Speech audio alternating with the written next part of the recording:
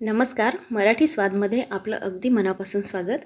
आज आपण बनवणार आहोत नारळी पौर्णिमा विशेष नारळाची पुरणपोळी. ही पुरणपोळी करायला जास्त मेहनतही लागणार नाही आणि चवीला खूप छान लागेल आणि अगदी 3-4 दिवस आरामात राहील. तर बनवूयात एकदम सोपी रेसिपी नारळाची पुरणपोळी. त्यासाठी आपल्याला इथे एक नारळ छान असे तुकडे करून घ्यायचे आहे आणि मिक्सरमध्ये एकदम बारीक वाटून घ्यायचं आहे. तुम्ही जेवढा बारीक वाटाल तेवढी छान पुरणपोळी बनेल आपली. अशा पद्धतीने बारीक वाटून घ्यायचा. आता गॅसवर ठेवायची आपल्याला कढई. त्याच्यामध्ये पाव वाटी तूप घेतलेलं आहे. त्याच वाटीने अर्धी वाटी बेसन घालायचं आणि मध्यम टू लो गॅसवर साधारण 2 ते 3 मिनिट छान भाजून घ्यायचं, साधारण बदामी रंग येईपर्यंत. तर 2 ते 3 मिनिटात अगदी छान भाजलं जाईल हे बेसन.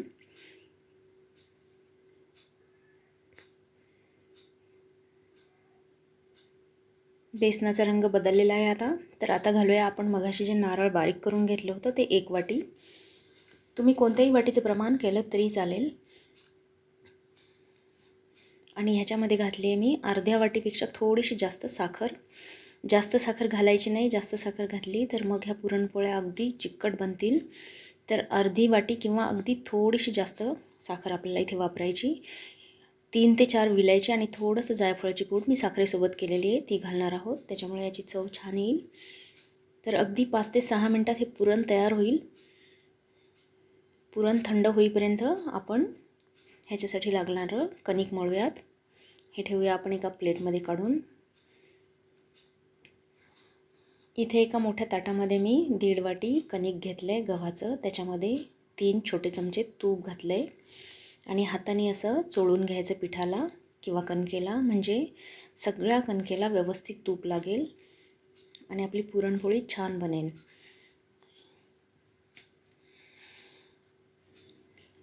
मी इथे मीठ घालणार नाही आहे. तुम्हाला आवडत असल्यास अगदी थोडंसं मीठ घाला, पण नाही घातलं तरी छान बनेल ही पुरणपोळी. आपण नेहमीसाठी जसं कणिक मळतो तसं मळायचं आणि 5 ते 10 मिनिटासाठी ठेवायचं. आपला पुरण गार झालेला आहे. तर त्याचे तुम्हाला ज्याही आकाराच्या पुरणपोळ्या बनवायच्या त्या आकाराचे गोळे बनवून घ्यायचे. 10 मिनिटानंतर मी कणिक छान सॉफ्ट मळून घेतलं आणि जेवढा पुरणाचा गोळा आहे तेवढाच कणकेचा गोळा तयार करायचा आणि थोडंसं कणिक घेऊन साधारण पुरीप्रमाणे हे लाटून घ्यायचं. पुरीच्या आकारा एवढं लाटून झालं की जे गोळे बनवून ठेवलेले आहे त्याच्यामधला एक थोडासा चपटा करायचा गोळा आणि ह्या पुरीवर ठेवायचा आणि ह्या पद्धतीने फोल्ड करायचं. अशा पद्धतीने पुरणपोळी करायला खूप सोपी जाईल. आता हा जो वरचा भाग आहे हा जास्त असल्यास काढायचा आणि असा दुमडून घ्यायचा आणि ह्याची लाटी बनवायची. आता अगदी थोडंसं कणिक घ्यायचं आणि त्याच्यावर हलक्या हातानेही लाटून घ्यायची. जो भाग आपण फोल्ड केला किंवा दुमडला तो वरच्या साईडने ठेवायचा, म्हणजे आपली पुरणपोळी एकसारखी लाटल्या जाईल आणि फुटण्याची भीती राहणार नाही.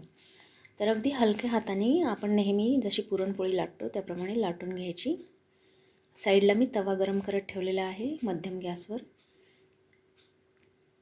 तुम्ही एका वेळी एक एक पोळीसुद्धा भाजू शकता किंवा अगदी 2 ते 3 एका वेळी बनवून मग नंतर एक एक भाजल्यात तरीही काहीच हरकत नाही. तर जास्तीचं पीठ आपण काढून टाकूया ह्याच्यावरचं आणि इथे तव्याला मी थोडंसं तूप लावलं आहे. मध्यम गॅसवर छान भाजून घ्यायच्या.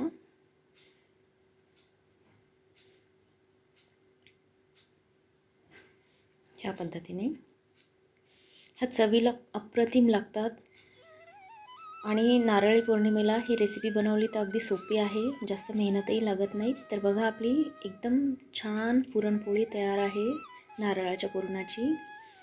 आपण नारळासोबत बेसन पण भाजलं त्याच्यामुळे ह्याची चव खमंग पण येईल आणि नारळाला थोडंसं बाइंडिंगचं काम पण हे बेसन करेल.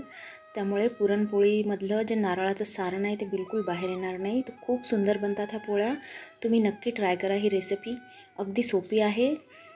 मी ज्याप्रमाणे वाटीचं प्रमाण घेऊन ही रेसिपी बनवली त्याप्रमाणेच तुम्ही एखाद्या वाटीचं प्रमाण करून ही रेसिपी बनवा. बिलकुल बिघडणार नाही. सोपी रेसिपी आहे आणि चवीला खूप छान बनते.